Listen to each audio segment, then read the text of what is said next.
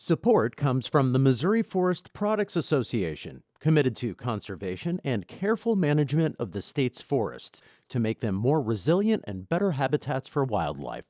ChooseWood.com.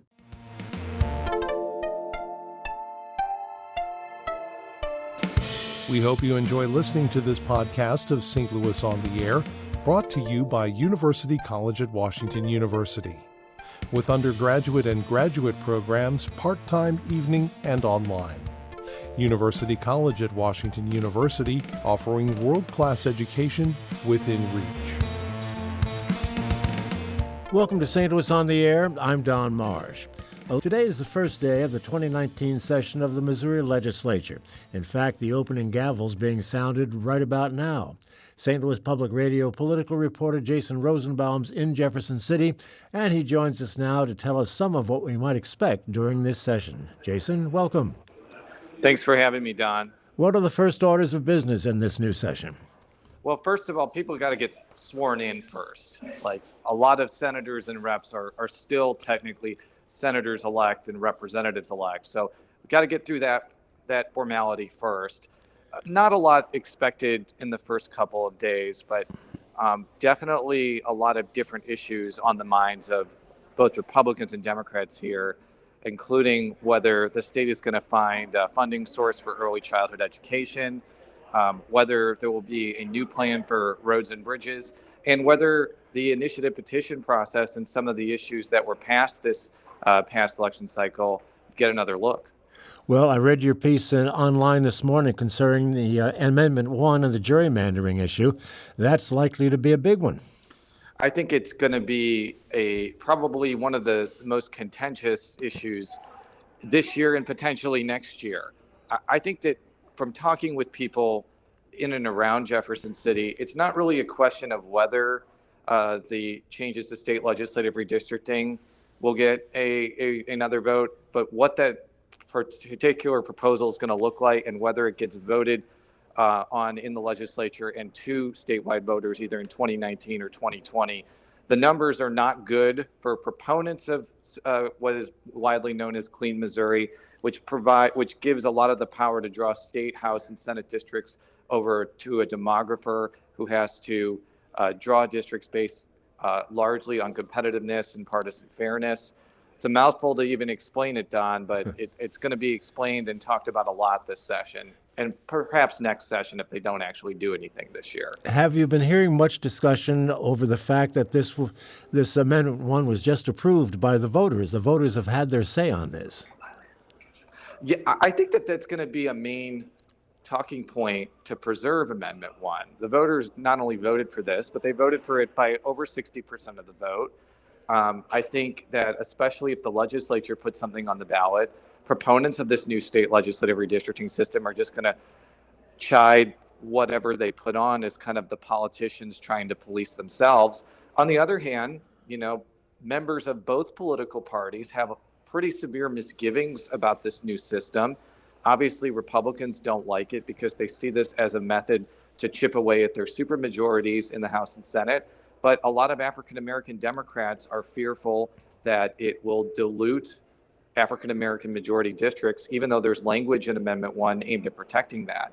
So again, because Republicans hold such commanding majorities and because there may be Democrats that end up joining in on this effort, I think it's an inevitability that the new redistricting system will get another vote in 2020. Whether it actually gets repealed or altered, that's going to be up to statewide voters.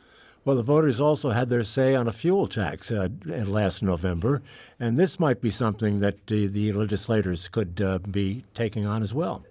I think so, but whether it's another fuel tax again really is kind of murky right now.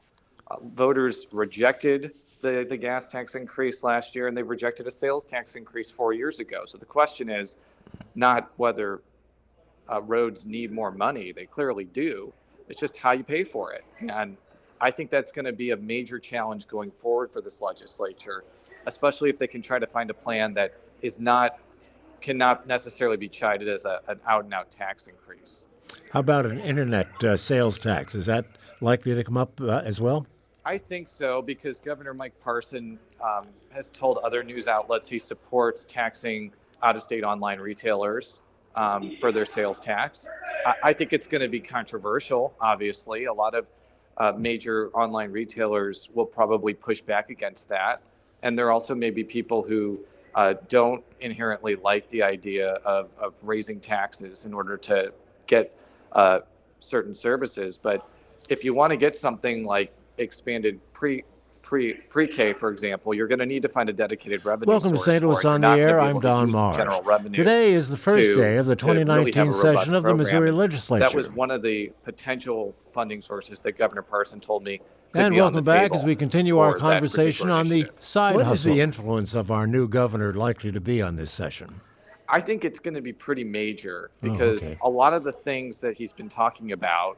Welcome to St. Louis increasing on the Air. I'm transportation Don funding Marsh. and also We're going to be increasing talking funding today about the for side hustle. K through 12 or workforce development, I think are bipartisan issues, and people here genuinely want to get something done on that. The devil's really in the details there, and oftentimes following through on some of these goals costs money, and the Republican supermajority has often been loath to find ways to raise taxes or fees to pay for some of these initiatives.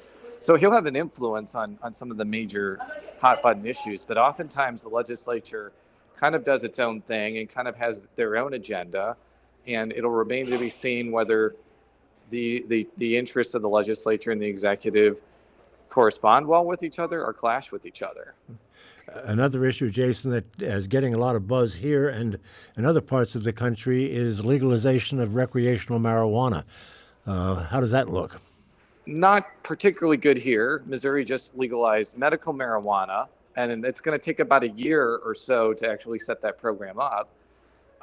There are obviously a lot of revenue opportunities when you legalize it from a recreational standpoint. I could see just potentially hundreds of millions of dollars, and I'm obviously being kind of roughly estimating there just off taxes alone off that.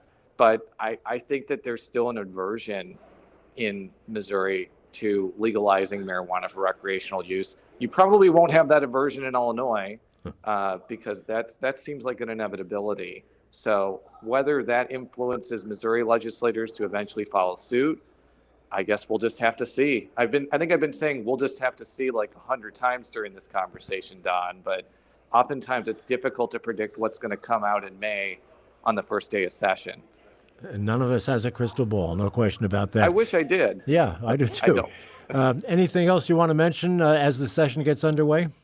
I think this really is an opportunity for a legislative session that centers around policy, which sounds kind of backwards in many respects, but oftentimes a lot of these legislative sessions have really overt political overtones to them.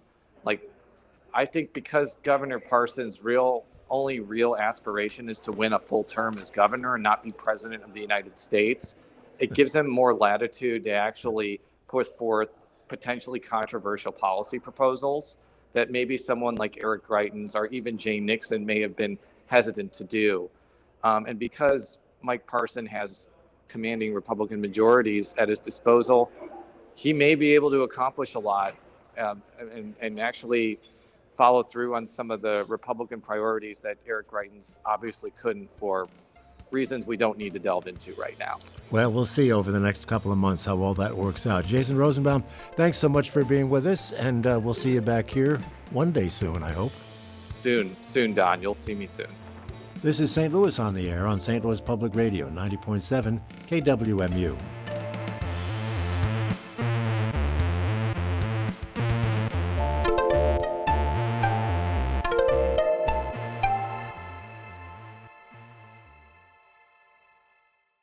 Support comes from Missouri Forest Products Association, committed to sustainable and sound conservation of the state's forests, which support more than 41,000 Missouri jobs, resulting in a $10 billion industry.